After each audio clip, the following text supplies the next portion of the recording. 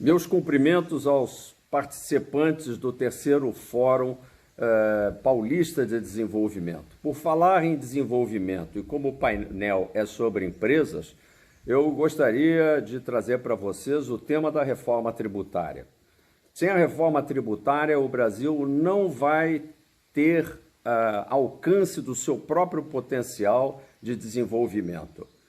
O atual sistema é ruim, é regressivo. Nós sabemos que ele onera as empresas e, principalmente, cobra muito e cobra mal, além de propiciar despesas que são, por serem obrigatórias, também aquelas mesmas que expulsam as atividades de investimento do setor público. Portanto, nós temos que ter uma reforma fiscal ampla, incluindo despesas, e dentro dela a reforma tributária sobre a qual passo a falar. Essa reforma tributária é a reforma dos impostos e das contribuições em todos os níveis de governo, incluindo estados e municípios. Não pode ser, como o governo tem apresentado, reformas particulares do imposto de renda, da previdência social, porque todos esses tributos falam entre si e eles oneram, em última instância, um único ente chamado contribuinte brasileiro,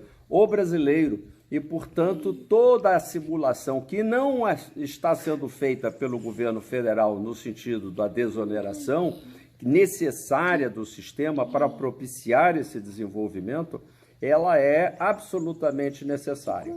E essa reforma tributária é baseada em 4 princípios fundamentais: a simplificação do sistema, a sua desoneração, portanto, a redução da carga tributária, a neutralidade com que ela vai ser redistribuída, essa carga, entre União, Estados e municípios, e, principalmente, uma moderada progressividade. Sobre simplificação, já posso logo dizer que a PEC 45, que andava sendo debatida na Câmara Federal, ela não passa nesse teste eliminatório.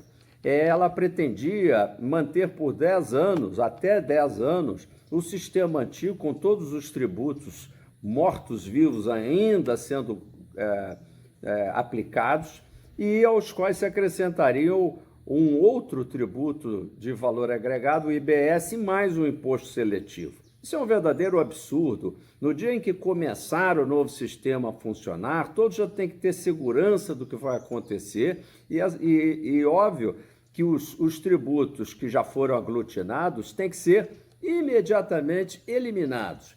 E, portanto, erros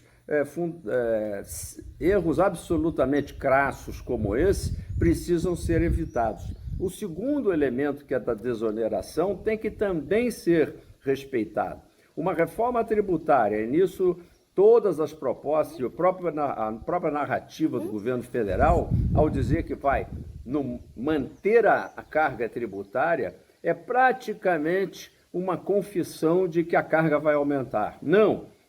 Deve haver dispositivos no processo de reforma tributária para que haja uma gradual desoneração da carga, com redução de alíquotas e com a aplicação de um princípio de redução do total da carga sobre o produto interno bruto. E aí, obviamente, dentro desse capítulo, nós temos que fazer um descruzamento do imposto de renda com os tributos federativos, de forma a reorganizar a federação. E dentro dessa reorganização, a neutralidade, ou seja, não pode haver estados e municípios perdedores e estados e municípios ganhadores.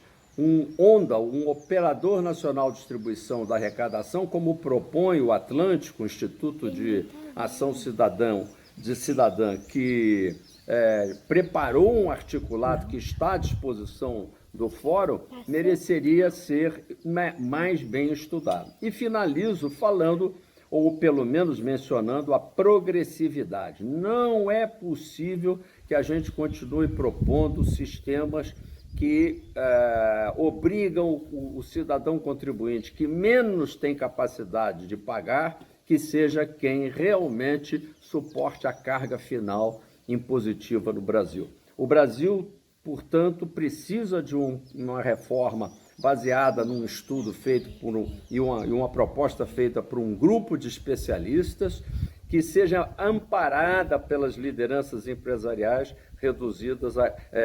reunidas aqui neste Fórum Paulista de Desenvolvimento. Muito obrigado a todos e eu espero que a gente consiga, até o próximo ano, ter uma proposta empresarial pronta a favor dos brasileiros.